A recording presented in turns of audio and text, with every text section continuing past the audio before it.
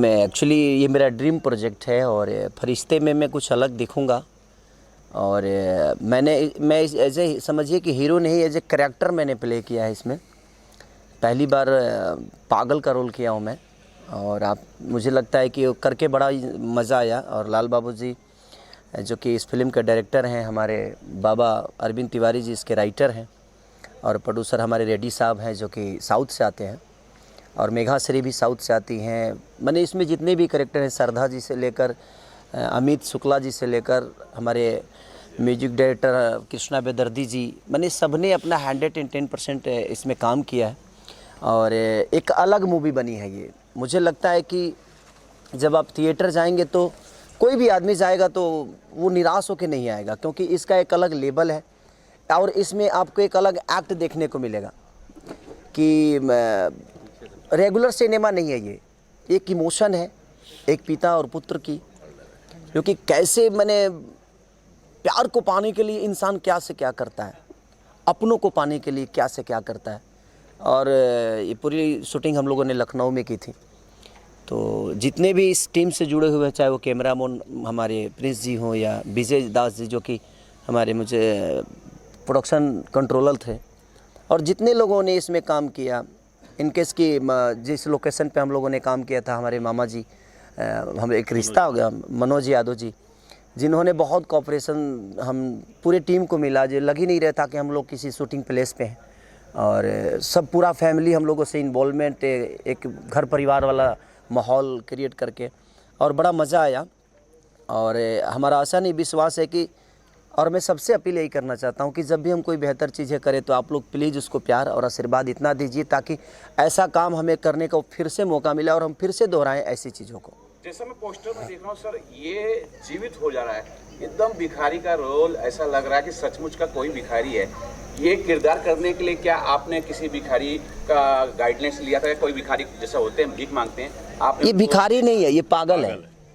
ये पागल जैसा दिखा भाई। हाँ, क्या खास तैयारी किया था इस सीन के लिए आपने, इस रोल के लिए? देखिए, हमारे लिए हर दिन एक चैलेंज ही होता है। मैं किसी चीज़ के लिए अगर तैयार नहीं करूँ तो शायद मैं चीज़ें नहीं कर पाऊँगा, क्योंकि किसी भी चीज़ के लिए एक मूवी जो होती है एक परिवार होता है, और एक परिवार को संभालने के लिए और परिवार को लीड करने के लिए बहुत मेहनत करनी पड़ती है।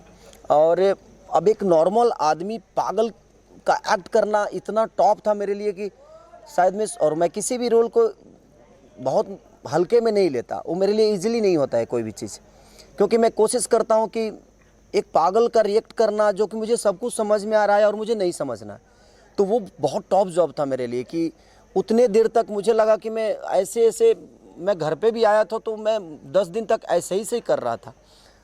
इतना उसमें घुसना पड़ा मुझे कि मुझे लगता है कि मैंने 22 दिन नहाया ही नहीं था। मैंने 22 दिन स्नान ही नहीं किया। मैं बोला कि नहीं, मैं मेरे बॉडी में रहने दो सब कुछ। और मैं इसी में सो जाता था, इसी ड्रेस में भी सो जाता था। कभी कभी ऐसा लगता था, तो अब बिस्तर भी गंदे हो जाते थे, उसके बावजूद भी मुझे लगता कि नहीं, मैं अगर रहूँगा तो इसी में रहूँगा। और वो 12 से 13 दिन का 12 से 13 दिन ये मेरा कैरेक्टर था। और उसमें मैं इतना किसी से भी बात करता था तो यही मेरी हाथ पूरा मैल हाथ में भी, मैंने हाथ समझिए कि खाना भी खाता था तो चम्मच से खाता था कि नहीं, हाथ भी नहीं धोना है मुझे, हर चीज़ मुझे रियली करना है। तो टॉप तो होता है, ऐसा नहीं कि कुछ भी इजीली होता है। और आपको सब कुछ समझ में आ रहा है, आप सुन रहे हो और नहीं सुनना है आपको, तो वो कितना टॉप होता है। आपको डांस आता है और आपको विदाउट मैंने ऑफ बीट नाचना है, तो वो कितना टॉप होता है। तो कोई भी चीज़ आपको आता है और आपको गलती करना है, तो कभी कभी गलतियां भी इंसान को बहुत बड़ा एक्टर बना देती है। और इसमें हमको गलतियां ही करना था और हमने की है। अब पब्लिक को कितना पसंद आएगा, एक बार जब आप जाएंगे तो ज़रूर। अब ये लोग एडिटिंग पे बैठे, मैं जब डबिंग में गया तो मैं ही खुद कम से कम 20 से 25 जगह ऐसे थे जहाँ पे मेरी आंखें भर गई और मैं डिस्टर्ब हो गया थोड़ा सा।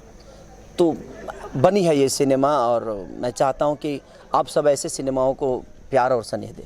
सर, ये बात बहुत बड़ी बात है कि आप 10 दिन नहीं नहाए हैं एक किरदार को जीवित करने के लिए। शायद यही एक कारण है कि आपको जनता बहुत प्यार करती है, बहुत ज़्यादा प्यार करती है। सर, ये भी जानना चाहेंगे कि आप इसमें जैसे बता रहे हैं कि मेघा श्री भी हैं, मेघा श्री के साथ आपकी एक फिल्म भी आई जो कि सुपरहिट हुई है, तो किस प्रकार का बॉन्डिंग शेयर करते हैं सर?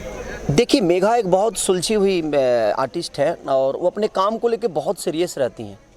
जब भी वो सेट पे उनको अगर 7 बजे, वो खेसारी 2 है कि अगर उसको 7 बजे आना है तो उस लड़की को आपको बोलना नहीं है, वो 7 बजे विथ मेकअप रेडी होके और अपने, क्योंकि हमारे भाषा से नहीं है तो थोड़ा लैंग्वेज उनको प्रॉब्लम होता है, तो वो सीन मांग लेती हैं और वो कब याद कर लेती है पता ही नहीं। हाँ, फिर अगर सीन से हट के कुछ डायलेक्ट चेंज करेंगे तो उसको प्रॉब्लम होता है। और हम लोग को काफ़ी चीज़ें ऐसी होती है कि सीन से हट के और अचानक से कुछ डायलेक्ट दिमाग में आता है तो उनको फिर आदमी प्राउंटिंग देता है कि नहीं आप ऐसे, इसको थोड़ा सा चेंज है, तो थोड़ा सा उनको प्रॉब्लम होता है। लेकिन बहुत सिंसियर एक्टर है वो, और वो बड़ी मेहनती हैं और गुड नेचर। उनकी मम्मी हमेशा शूट पे रहती हैं और दोनों माँ बेटी जब शूटिंग पे जाती हैं तभी नज़र आती हैं, उसके बाद वो दोनों नज़र नहीं आती किसी को, और अपने काम के अलावा उस लड़की को किसी चीज़ से मतलब नहीं है।